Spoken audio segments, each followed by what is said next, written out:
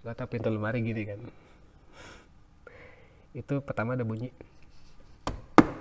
nah kayak gitu, dengeran ya, coba mic gue situ. Nah lama-lama itu jadi kenceng, bukan duk duk doang, guruk gerok, jadi si lemari tuh goyang-goyang. Wah astagfirullah, loncat lah gue dari kamar dari kasur tuh.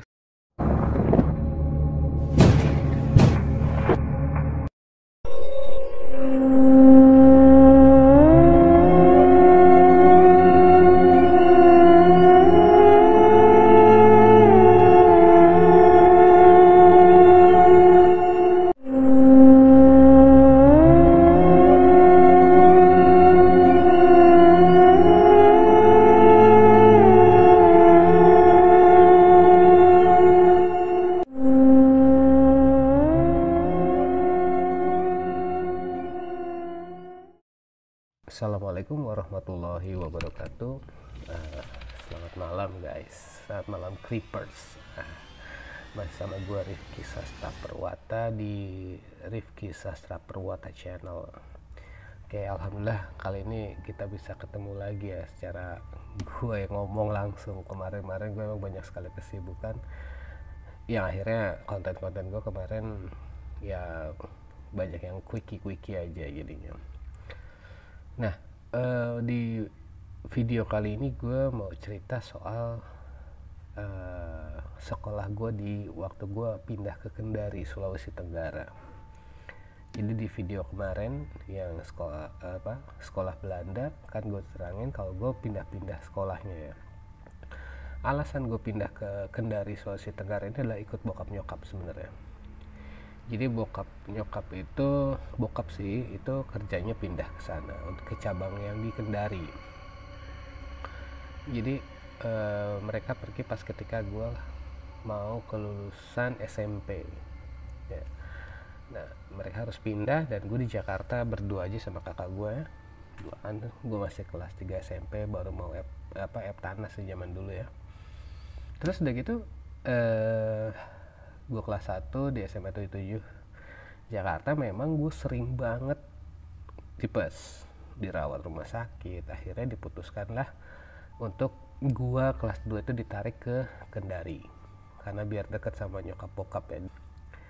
Ya alhamdulillah sih di Kendari itu adalah kota dimana gue lebih mengenal alam gaib ya, celah. Bukan mengenal sih, lebih ke bokap nyokap di sana sama adik gue duluan kan. Jadi gue nyusul kelas 2 SMA. Gue sekolah di SMA 1 negeri di Kendari ya, Semansa panggilan itu, nama kerennya Semansa. Jadi di Semansa ini memang salah satu sekolah, emang namanya Semansa itu kan Semansa 1 ya. Jadi sekolah pertama SMA yang ada di Kendari saat itu itulah. Nggak terlalu jauh dari rumah. Gue ceritain dari awal aja ya. Kedatangan gue itu pertama kali ke sana ya disambut nyokap bokap di bandara waktu itu ya. Perjalanan ke sana kurang lebih dari Jakarta ke Makassar tuh 1 jam lebih ya. Terus dari Makassar ke Kendari juga kurang lebih 45 menit. Nah, Kendari kotanya indah. Nah, jadi kebetulan rumah dinas ya, kembali rumah dinas ya. Ya bokap gue sebagai seorang BUMN yang setia pada negara. Jadi rumah dinas bokap ini di belakang kantor persis. Jadi kantor itu ada lahan kotak ya bentuknya. Di belakangnya itu ada sebidang lahan yang dibangun memang khusus buat rumah kepala dinas saat itu ya, atau disebut kepala cabang di kantor bokap. Nah, nggak lama gue datang ke sekolah di sana, itu gue masuk ke kelas 2 tapi dari 12 kelas ya gue di terakhir itulah. Nah di sana memang gaya bicara berbeda dengan gaya bicara gue waktu di Jakarta ya. Kita masih, kalau di sana ya kita bisa bicara seperti ini. Nah logatnya kayak gitulah kurang lebih ya. Nah kalau suku aslinya di Kendari itu adalah suku Tolaki.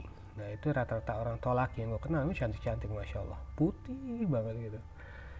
matanya sipit-sipit gitu, lucu kayak artis-artis Korea zaman now gitu kan.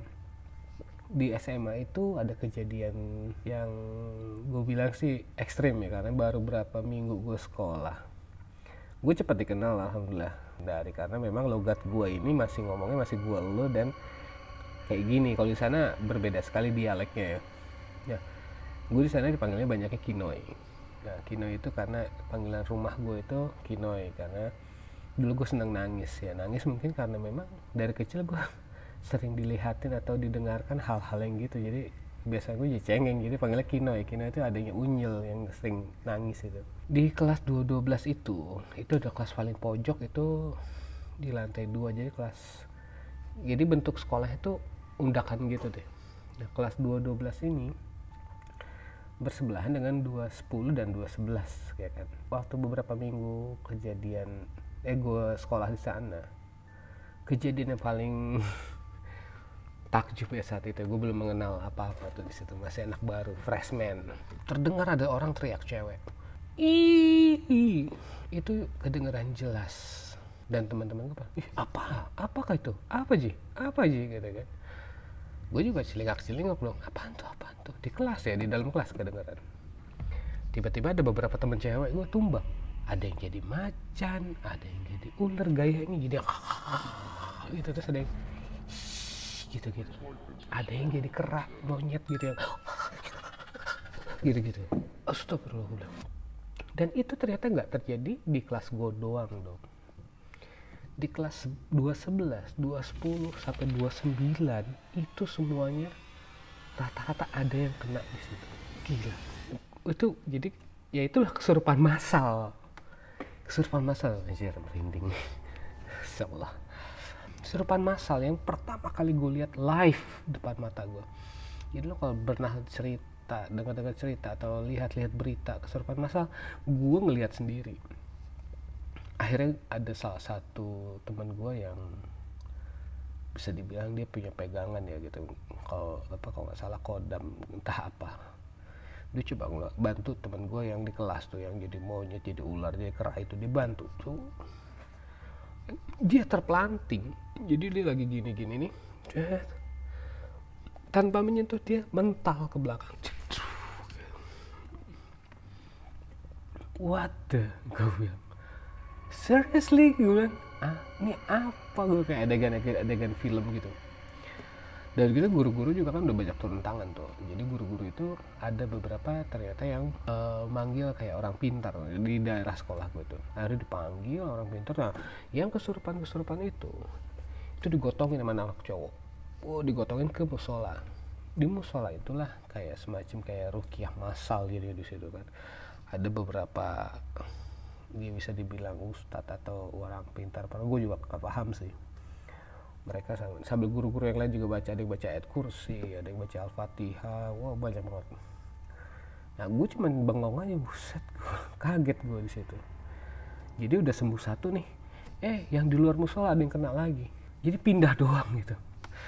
Nah, akhirnya ada nih datang nih, jadi masih muda gitu, kelihatannya mukanya sejuk banget, ya, rapi, nggak kelihatan kayak apa pakai sorban, nggak kayak gitu. Nah, dia ke sana, masuk ke musola, dia cuma baca doa bismillah gitu. Gue kadang-kadang cuma bismillah sama ayat kursi yang dibaca, langsung tenang seketika. Udah nih, anak-anak yang kesurupan tadi, cewek-cewek itu pada sadar semua kan, langsung tuh bubar tuh sekolah tuh hari itu. Akhirnya kita dipulangkan jam-jam setengah 11-an. Nah, karena gue masih kepo dong, gue penasaran nih ada apaan sih tadi, ada apaan ya, gue bilang, kenapa bisa terjadi kayak gitu kan. Akhirnya gue ngobrol sama salah satu guru yang kebetulan deket ya, guru bahasa Inggris, karena bahasa Inggris gue masih I know you so well lah, masih lumayan lah untuk ukuran orang sana ya. Jadi, Pak, maaf Pak, kenapa tadi teman-teman kita ini kata, jadi gini Ki, di belakang sekolah ini ada, jadi begini nih, di Kendari itu ada berbagai macam etnis, suku, agama ya. Jadi di belakang sekolah itu ada semacam ya kayak punya orang Hindu itu apa yang sesajen gitu loh. Jadi ada Jadi ada apa namanya, pisang, buah-buahan gitu. Nah itu ternyata ada yang makan gitu.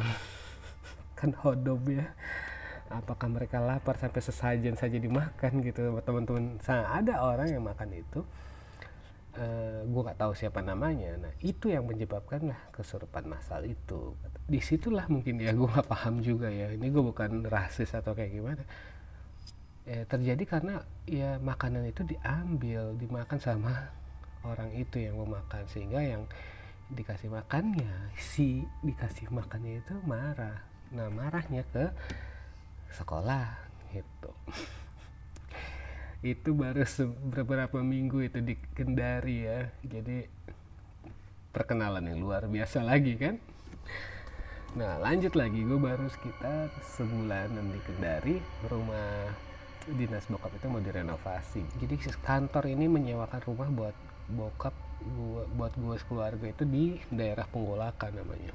Daerah Penggolakan ini agak sedikit ya, nggak jauh juga sih, Kendari kotanya nggak gede-gede amat sih. Di Kendari ini, di Penggolakan ini rumahnya besar, dia cuma satu lantai tapi langit-langitnya tinggi. Jadi di situ rumah ada satu, gue kamar paling depan, terus adik gue di dekat kamar mandi, bokap nyokap kamarnya sendiri. Nah ada kamar ART, kita punya ART di situ. Ibu-ibu itu, beliau orang mana ya, lupa gue. Nah kayak agak aja si ibu ya, si ibu ini memang yang ditugaskan sama yang punya rumah untuk menunggu rumah itu. Jadi dia udah tahu seluk beluknya tentang rumah itu. Awalnya gue seneng sih ngeliatnya, depan rumah itu ada lapangan badminton, pokoknya keren banget lah pokoknya rumah itu, buset. Di daerah Penggolakan ini, gue kamar depan karena lemari di kamar gue itu terbuat dari kayu jati lama, itu bawaan dari yang punya rumah ya. Kerennya lagi, merinding lagi nih, pas saat gue tidur itu di malam keberapa kita tinggal di sana, gak tau pintu lemari gini kan, itu pertama ada bunyi, nah kayak gitu, dengeran ya, coba mic dulu situ. Nah lama-lama itu jadi kenceng, bukan duk-duk doang, guruk gerok, jadi si lemari itu goyang-goyang. Wah astagfirullah, loncat lah gue dari kamar, dari kasur terus set lari. Gue itu malam, itu udah jam 10-an lebih lah, jam 10-an lebih. Kabur, gue masuk kamar adek gue, tok tok, Jis apa, gue tidur bareng lu lah kata. Kata dia udah gitu kan, tidurlah gue di situ. Ternyata di kamar adek gue juga terjadi hal yang sama dong, lemarinya kan, lemari sama modelannya kayak gitu, dok dok. Wih gue merinding, masya Allah, astagfirullahaladzim. Itu terus gue cerita sama nyokap, mah gini. Iya emang kayaknya agak serem nih rumah, kata mama gitu kan, kata nyokap. Akhirnya gue bilangnya kalau bokap, pah gini. Ya udah sabar dulu lah katanya, siapa tahu nanti nggak lama renovasi rumahnya, soalnya nggak banyak sih renovnya, kayak cuman ngebagusin doang. Singkat cerita, waktu itu bokap kan punya supir pribadi ya, namanya Om Lukman, baik banget Om Lukman, orang Buton dia. Dan dia kalau nyetirin gue ke sekolah sama adik gue, klakson dia suka bunyi sendiri kalau ada cewek cakep, tin. Nah Om Lukman ini waktu itu pulang dari, jadi ada acara apa gitu bokap, terus pulangnya agak malam, bokap sekitar jam 8 dan setengah 9 kan. Gue bukain tuh garasi kan, si Om Lukman masukin mobil. Loh om, ular om, gue bilang gitu kan. Mana itu ya ambilkan parang katanya. Nah kan gue ambilin lah parang.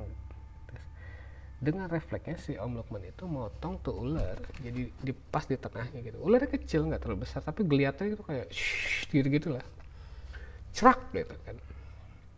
Udah terus gitu dia sama dia diserok, dibuang ke tanah kosong yang sebelah. Nah motor yang Om Lukman, ya, dia keluarin motor, terus dia pulang. Saya pulang dulu nak gitu. Ya om hati-hati gitu kan. Nah istrinya Om Lukman nelfon bokap, "Pak, kasihan pak, kasihan," katanya.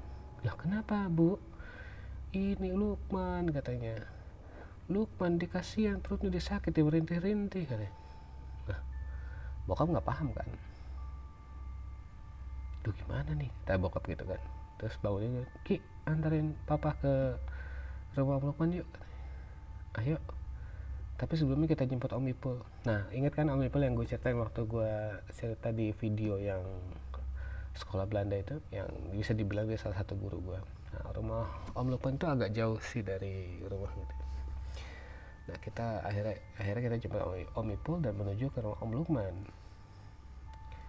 Om Ipul ini memang bisa dibilang dia orang Surabaya dan dia punya kemampuan lebih lah ya, bisa dibilang punya kemampuan lebih.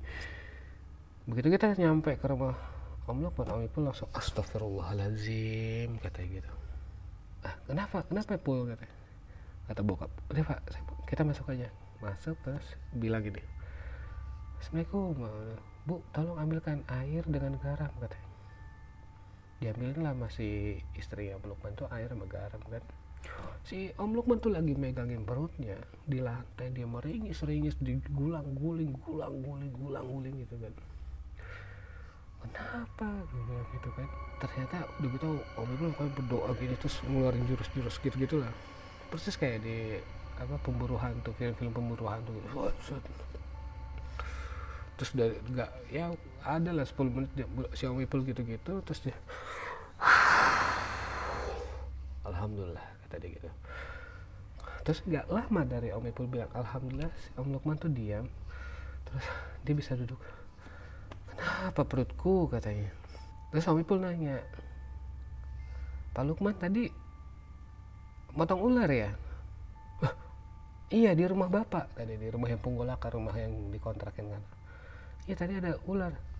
"Iya itu yang nyerang Om Ipul." "Ya gini pak," katanya, "yang Pak Lukman itu lagi disakitin sama ibunya si ular," katanya. Merinding lagi, astagfirullah. Jadi ular yang Om Lukman tadi potong dibelah dua itu, yang dibuang ke tanah sebelah itu bukan ular biasa, itu ular penunggu lah gitu, jadi-jadian lah, siluman bisa dibilang gitu. Waduh, merinding lagi, pala botak banget. Ya tadi saya mau ngomongin baik-baik karena kita nggak tahu kalau itu ular itu anaknya dia, cuman dia ngelawan gitu dan mau bunuh Pak Lukman katanya, pengen melakukan hal sama Pak Lukman. Nah, akhirnya mau ngomong saya lawan, saya musnahkan aja sekalian, kata Om Ipul. Musnahkan bro. Dan saat itulah itu kejadian lagi, udah tadi kesurupan Om Lukman ya kan. Udah selesai urusan Om Lukman, kata bokap, "Udah man, besok kamu gak usah masuk dulu," katanya, "udah kamu di rumah dulu istirahat." Kita kembali ke rumah, terus nyokap itu, kenapa ada apa dengan Lukman, katanya. Soalnya Pak Lukman, Om Lukman ini baik sekali orangnya. Ceritain lah kayak tadi ya, dah tet astagfirullahaladzim kata nyokap gitu kan. Pantesan tadi pas papa sama Kiki pergi katanya, di tanah sebelah tuh ada kerusuk gitu kan, itu ada kebun singkong gitu kan. Ternyata mungkin itu pas lagi Om Ipul itu berantem kali ya. Dah lanjut nih ceritanya berikutnya. Dari situ ada kejadian lagi waktu bokap sama nyokap itu pergi rapat kerja ya, raker di Jakarta. Itu kurang lebih 4 hari berangkat nih, perginya aja. Pulangnya mau ngajak kakak gue liburan ke Kendari katanya. Jadi di rumah itu cuman gue, adik gue sama si ibu yang ART itu kan. Ibu ART ini akhirnya kan gue takut, gue bilang, "Pak, jangan digandong di rumah, minta tolong kayak sama itu teman-teman anak buah papa," gue bilang gitu. "Ya udah nanti kalau nggak Om Adrian, Om Ipul aja Om Ipul." Gue bilang gitu kan.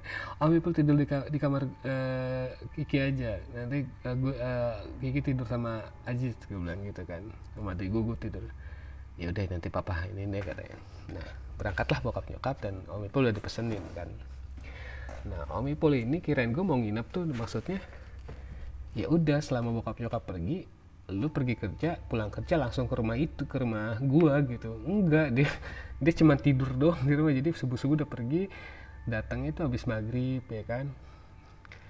Hari pertama aja itu di depan pintu rumah ketok, apa lagi, gua sama adek udah jiper. Terus kata si ibu tuh, sudah jangan dipedulikan katanya, sudah kita berdoa saja katanya.